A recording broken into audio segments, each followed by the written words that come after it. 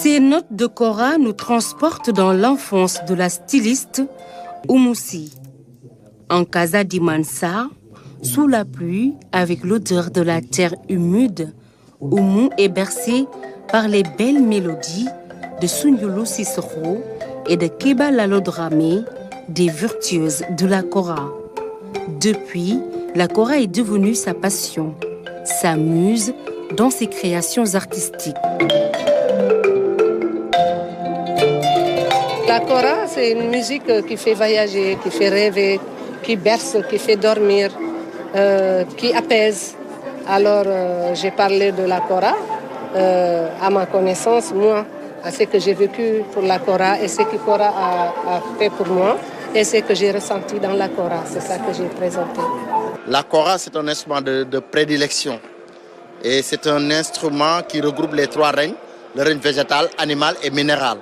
Et c'est ça qui fait l'univers et c'est le pourquoi nous vivons. Donc aujourd'hui, l'exposition, j'ai vu que ce n'est rien d'autre que l'incarnation de la nature, la représentation de la nature. Parce qu'on peut voir, comment dirais-je, l'arc-en-ciel dans ce qu'elle a fait. On voit le coucher du soleil, le lever du soleil. Donc tout cela, c'est des ondes qui nous envahissent et elle les a puisées dans la kora. Ici, une représentation de Fodekaba Doumbia et sa fille, Mahawa Doumbia. Ces œuvres ornées de kora révèlent la mysticité et l'originalité de cet instrument emblématique de la culture mandingue en Afrique de l'Ouest. La kora a pris ses origines en Gambie, dans l'île de Sané-Mentering, qui existe toujours en Gambie.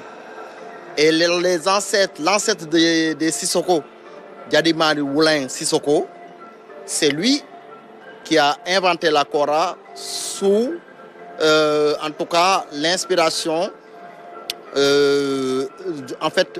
d'une femme qui est génie, qui est une génie qui lui a soufflé l'inspiration de fabriquer l'instrument.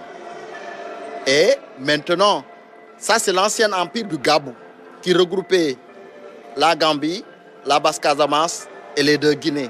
L'histoire de faire de la haute couture et de faire, c'est en écoutant les contes de ma grand-mère qui me parle des rois et des reines. Je me suis dit, bon, comme il n'y a pas de patrimoine, il n'y a rien qui est préservé, il faut quand même reconstituer tous ces costumes perdus, tout ce patrimoine perdu, il faut le faire revenir et le mettre dans le monde, parce que nous, les Africains, on a un patrimoine. À l'autre bout du hall du Grand Théâtre, des robes avec des cascades de lumière. Chaque pli, chaque fronce raconte une histoire d'élégance et de mouvement. Ici, l'art, la lumière et la mode s'entrelacent dans une symphonie visuelle. Dans la prison, je voulais faire l'art et la prison. Après, je me suis dit, non, l'art n'est pas la prison. L'art est une liberté, c'est une joie, c'est l'apaisement, c'est le plaisir, c'est un savoir-faire. On ne peut pas le lier à la prison parce qu'on n'est pas des prisonniers, nous les artistes. La styliste et costumière a présenté une belle collection de vêtements en jean léger.